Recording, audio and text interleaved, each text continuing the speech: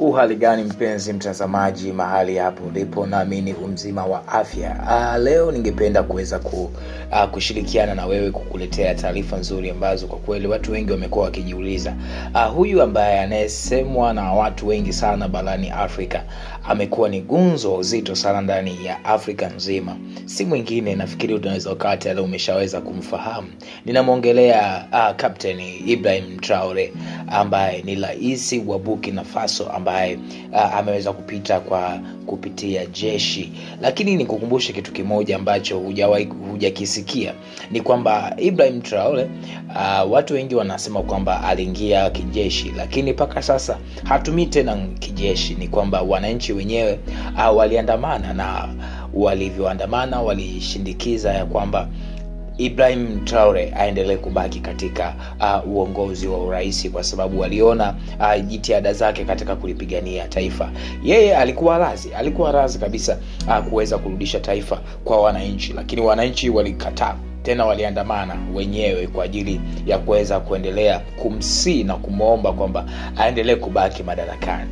Sasa ningependa kukushirikisha ili uweze kufahamu, hata utapokuwa unamuona, ili uweze kujua kwamba huyu ni nani, alitokea wapi. So nataka nikuletee historia kamili ya Ibrahim Traore, lakini nitakuletea katika mafungu ambayo nina uhakika hautaweza kuchanganyikiwa na kwamba utanielewa vizuri sana.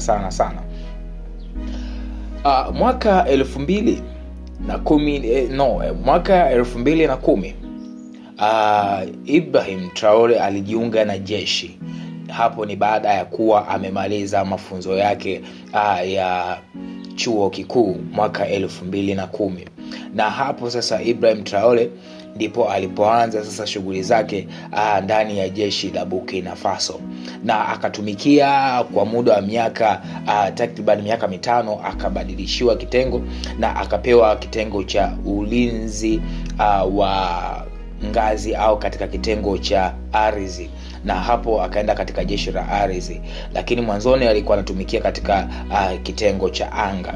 Kwa hiyo akaendelea kutumikia chini ya uongozi ambao uliokuwepo kipindi hicho katika nchi ya Burkina Faso. Lakini siku zilivyozidi kuendelea, Ibrahim Traore aliendelea kufanya shughuli zake vizuri, lakini ndipo alipo sasa kuja kupewa cheo cha kuwa captain.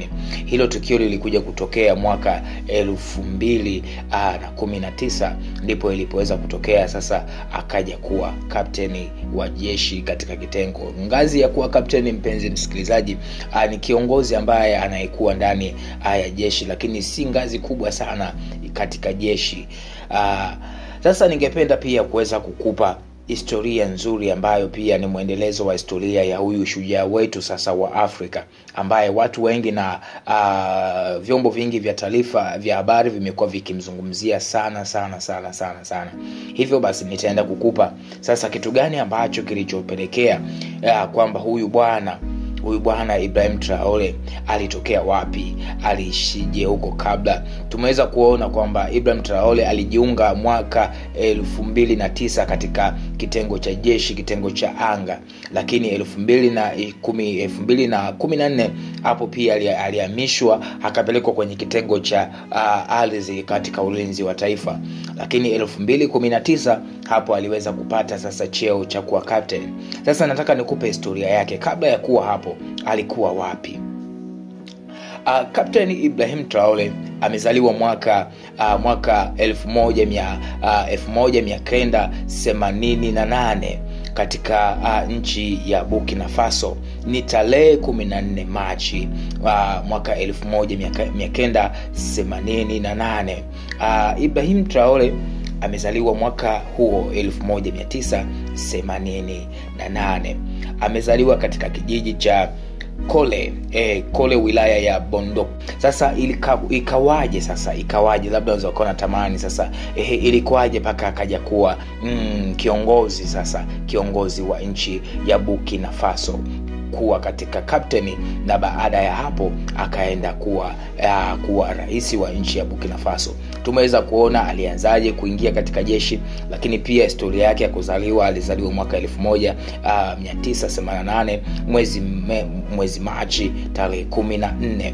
Sasa aliweza kupataje urais? Ni kwamba katika nchi ya Burkina Faso mwaka 2002 yalitokea mapinduzi ya kijeshi, ambayo mapinduzi hayo ya kijeshi yaliongozwa na mkuu wa jeshi ambaye alifahamika kwa jina la Lieutenant Kanali Paul Henri Sandaogo Damiba. Huyu bwana Damiba ndiye ambaye aliyeweza kuongoza mapinduzi ya kijeshi na kuishikilia serikali kwa muda.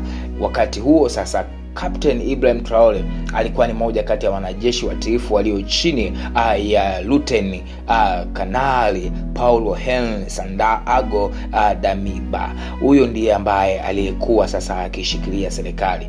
Lakini kama unavyoweza kufahamu, mahali popote pale yanapotokea mapinduzi, lazima kwanza watu uweze kuwashawishi na uweze kuonesha namna gani serikali au system inayoongoza watu fulani jinsi ilivyokuwa na udhaifu. Kwa hiyo lazima uoneshe kwamba mimi nataka nipindue taifa, nishike taifa na nifanye mambo haya na haya. Lakini ikawa tofauti kwa huyu bwana Damiba ambaye alikuwa ni Lieutenant Kanali ambaye alishika nchi kwa njia ya kijeshi. Na wakati huo ukumbuke sasa Captain Ibrahim Traore alikuwa chini ya uongozi wa Lieutenant Kanali. Sasa siku zilivyozidi kwenda ni kwamba katika tarehe yani mwaka huo 2022 mwezi Septemba, kumbuka mapinduzi basi ya kwanza ambayo yalitokea katika nchi ya Burkina Faso ambayo yaliongozwa na Lieutenant Kanali Paul Henri Sandaogo Damiba. Mapinduzi haya yaliweza kutokea mwezi Januari, yani mwezi wa kwanza 2022. Lakini mapinduzi yaliyofanywa na Captain shujaa huyu, kijana mdogo, miaka yake ni ya kushangaza sana, anafanya mambo makubwa katika umri mdogo, miaka 37, yalifanyika mwaka huo 2022 mwezi Septemba. Unaweza ukaona hapo distance ya miezi tu michache ambayo kijana huyu aliweza kupima na kuona tunakoelekea ni kule kule tulikotoka, wala hakuna mabadiliko. Hivyo basi akaamua kumpindua huyu aliyekuwa ni Lieutenant Kanali Paul Henri Sandaogo Damiba katika uongozi wa urais, na akaweza kushika yeye serikali na kuweza kuifikisha hapa ilipo leo nchi ya Burkina Faso. Nchi ya Burkina Faso imekuwa ni nchi ambayo inaogopeka ndani ya Afrika kwa sasa, kwa maana maendeleo yanayofanywa na Ibrahim Traore yamekuwa ni mazito. Haiogopeki tu ndani ya Afrika bali inaogopeka mpaka nje ya Afrika. Ufaransa wametia saruti. Ufaransa wamerudi wakiwa wanaomba kuwekeza tena, kwa maana Ibrahim Traore alipoweza kuingia katika urais aliweza kuwawekea vikwazo ambavyo na wenyewe pia wao walidai kwamba wanakandamizwa na wanafanyiwa udikteta. Kumbuka Ibrahim Traore aliweza kufukuza majeshi yote ya Ufaransa. Lakini pia ilivyofanyika hivyo, ukumbuke pia kampuni ya Coca-Cola ni kampuni ya kibiashara, lakini nayo pia inajifanyaga kani kwamba inajali pia masuala ya diplomasia. Kwa hiyo ilipotokea kwamba nchi ya Burkina Faso imeweza kupinduliwa na Captain Ibrahim Traore, Coca-Cola pia waliweza kufanya vikwazo vyao, wakaondoka wakifikiria kwamba watamtingisha. Lakini leo wamerudi wenyewe wakiwa wanaomba waweze kurudisha biashara zao ndani ya Burkina Faso.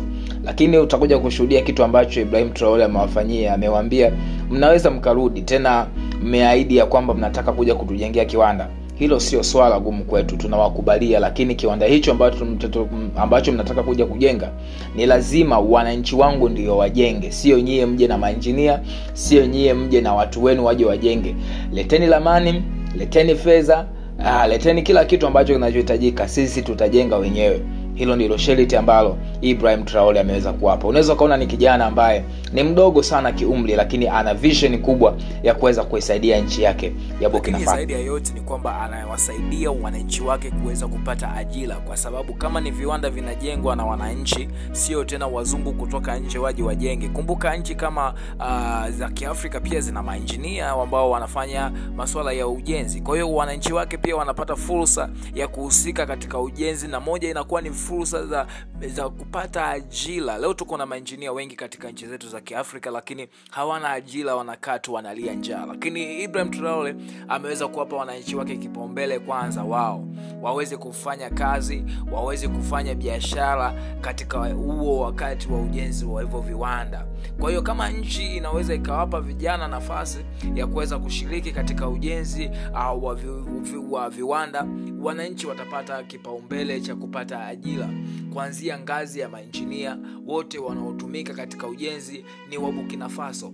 Kwa hilo jambo likifanyika pia ndani ya Afrika nzima, tutakuwa na uwezo wa kupunguza swala la ukosefu wa ajira. Lakini pia kitu ambacho Ibrahim Traore amezidi kuwa ni mtu kuwa wa tofauti na viongozi wengine. Yeye amekuwa hawekezi katika masuala mazima ya kununua magari ya kifahari, ya kununua V8, lakini amekuwa ni mtu ambaye akifungua viwanda kila kukicha. Amekuwa ni mtu ambaye akijali wananchi wake, na ndio maana hatuchoki kumwongelea Ibrahim Traore. Tukilinganisha, unaweza ukasema kwa nini tunamwongelea yeye? Tunamwongelea yeye kwa sababu ukiulinganisha umri wake, lakini pia nchi ya Burkina Faso inasumbuliwa pia na haya makundi ya kigaidi. Kama unavyoweza kuona hapo ni kwamba yuko katika mazoezi, pia ni mwanajeshi pia kama unavyoweza kufahamu. Kwa hiyo naomba tu nikukumbushe ndugu yangu, huyu ndiye shujaa baada ya Magufuli. Huyu ndiye shujaa sasa wa Afrika. Asante sana, usisahau kusubscribe account yetu pamoja na kuweza kushare video hii, kucomment, utakuwa umetuunga sana na kuweza kutusogeza mbele. Mungu awe pamoja nawe. Asante sana mpenzi msikilizaji.